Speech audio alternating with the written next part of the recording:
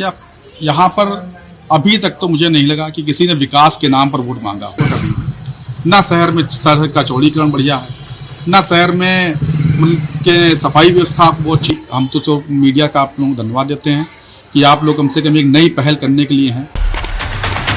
नमस्कार, मैं समी अहमद सीतापुर से। आईपा यानी all India progressive politics association. AIPA एक ऐसा मंच है जहां पर हम बात करते हैं देश में प्रगतिशील राजनीति को बढ़ावा देने की, सामाजिक मुद्दों की, जन सरोकार से जुड़े हुए मुद्दों की। आईपा के मंच पे हमारे साथ में मौजूद हैं आशुतोष कुमार जी हैं, जो सीतापुर शहर के लोहार बाग के सभासद हैं। आशुतोष कुमार जी, आईपा के मंच पे आपका बहुत बहुत स्वागत है। धन्यवाद भैया। आशुतोष जी, हम आपसे ये जानना चाहेंगे, जो प्रगतिशील राजनीति है उसको लेकर आपके मन में क्या विचार है, क्या सोचते हैं? बस साहब, आज की राजनीति में पहली बात तो हम ये कह रहे हैं, पढ़े लिखों का और युवाओं का थोड़ा सा ज़्यादा जोर होना चाहिए। आज के समय में व्यक्ति पढ़ के लिख के आगे तो आना चाहता है, लेकिन कोई भी ऐसा व्यक्ति नहीं जो कि ये कहता है मैं पढ़ लिख के राजनीति करूँगा। पढ़ लिख के राजनीति करने के लिए कोई एक आम आदमी को, किसी के भी मुँह से आप सुन लें तो कोई भी व्यक्ति पढ़ लिख के राजनीति करना नहीं चाहता है। हम कहते हैं जब पढ़ लिख के लोग और सही लोग अगर राजनीति में आएंगे, यही लड़के, यही युवा देश का भविष्य होते हैं।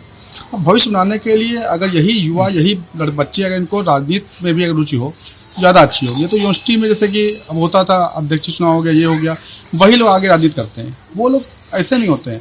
हम चाहते हैं जो पढ़े लिखे इंटेलेक्चुअल, जो बिल्कुल जो ब्रिलियंट प्लस स्कॉलर होते हैं, वो भी अगर राजनीति में आए तो यहाँ की दशा और दिशा सुधर जाए। क्या मानते हैं कि जो आज के दौर में, आजकल के दौर में जो राजनीति है उसका ट्रेंड कहीं ना कहीं बदल चुका है? ये तो अब जब जाहिर है कि यहाँ आज के समय में दो वर्गों में बटा हुआ चुनाव चल ही रहा है भी है।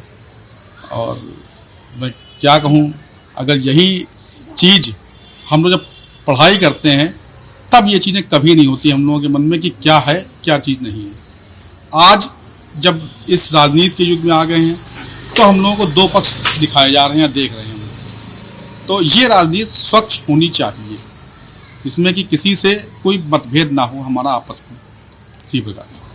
अब सीतापुर शहर के रहने वाले हैं, सीतापुर शहर की अगर बात कर लेते हैं तो शहर में अभी तक कितना विकास कार्य हुआ है सीतापुर की अगर बात करें? ये शहर का विकास कार्य तो बहुत ही कम हुआ है। यहाँ पर ना मतलब कि शिक्षा के लिए बहुत ही अच्छी सुविधाएं हैं, ना चिकित्सा की सुविधाएं हैं, जो कि दो मूलभूत सुविधाएं, चिकित्सा और शिक्षा, जो दो चीज़ें होनी चाहिए।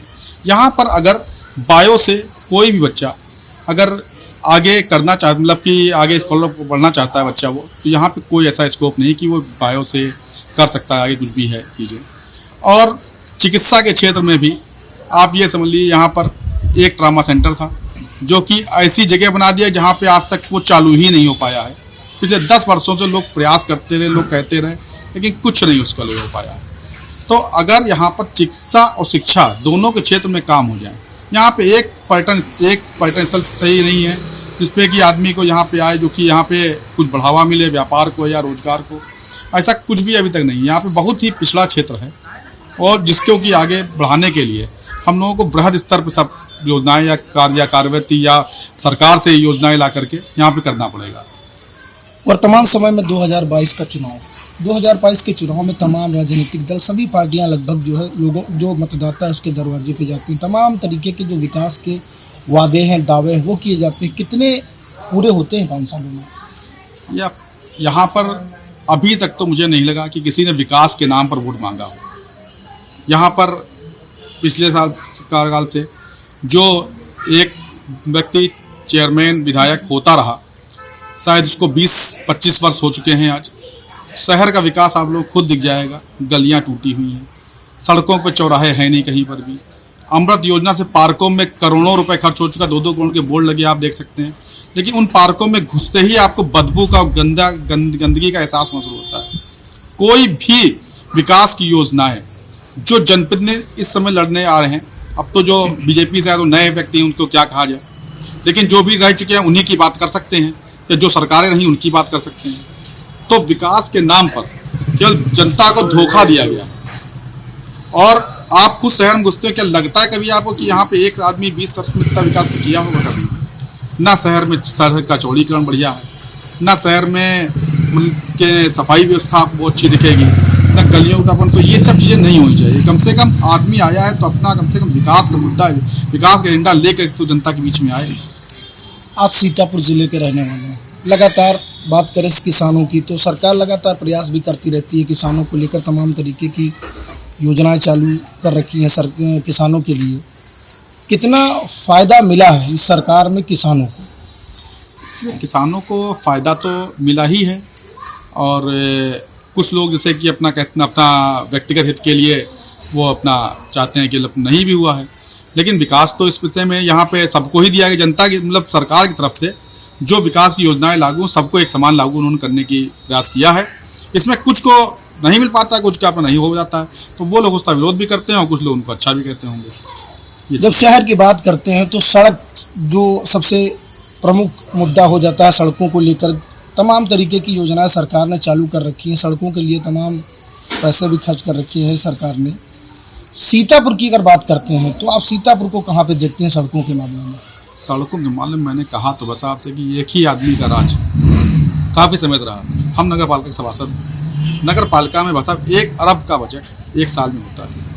क्या 1 अरब में से कुछ पैसा भी, मैंने कहा तो सड़कों पे बोर्ड तो लगाए गए, लेकिन उसके बाद उन रोडें नहीं बनी। पार्कों में बोर्ड तो लगाए गए, लेकिन पार्क नहीं बने बिल्कुल भी। आप चाहे शहर के सरोजनी वाटिका पार्क, जो शहर के चर्चित पार्क है, उसको आप जाके देखें, 2 करोड़ की योजना, अमृत योजना की थी, नहीं बनाया गया। लोहारबाग पार्क 55 लाख रुपए का बजट था। भाई साहब आप खुद देख लीजिए, 55 लाख के नाम पर उन्होंने कुछ भी नहीं किया है, केवल पाथवे बना करके केवल छोड़ दिया। और इसी प्रकार से आप चाहे आर नगर का पार्क देख लें, आप मतलब करोड़ों की योजनाएं आई, पैसा आया, सब कुछ आया, लेकिन ऐसा बंदर बाढ़ ऐसा खेल हुआ यहाँ शासन का, और इसकी सब्सिडी करने के बाद भी किसी ने ध्यान ही नहीं दिया किसी प्रकार का भी। ऐसा नहीं पैसा नहीं आया, पैसा आया, सब कुछ आया, लेकिन अब कहाँ गया बंदरबाट? किस तरीके से अमृत योजना की पाइपलाइन पड़ी शहरों में, आप खुद देखिए। पाइपलाइन जो बनाई ठेकेदार काम दिया था, उससे पूरा बनवाने तक का ठेका होता है कि आप इसको उखाड़ेंगे, करेंगे, उसके बाद बैग से बना देंगे। लेकिन इसमें कैसे खेल हुआ आप खुद देखिए। मेन रोडों की सड़कें अमृत योजना के नाम पर बिल्कुल फेल कर दी गई। आशुतोष कुमार जी, आईपा लगातार लोगों के बीच में जा रहा है, लोगों की मन की बात को जान रहा है, प्रगतिशील राजनीति को बढ़ावा देने की बात कर रहा है। आईपा की इस पहल को क्या कहेंगे?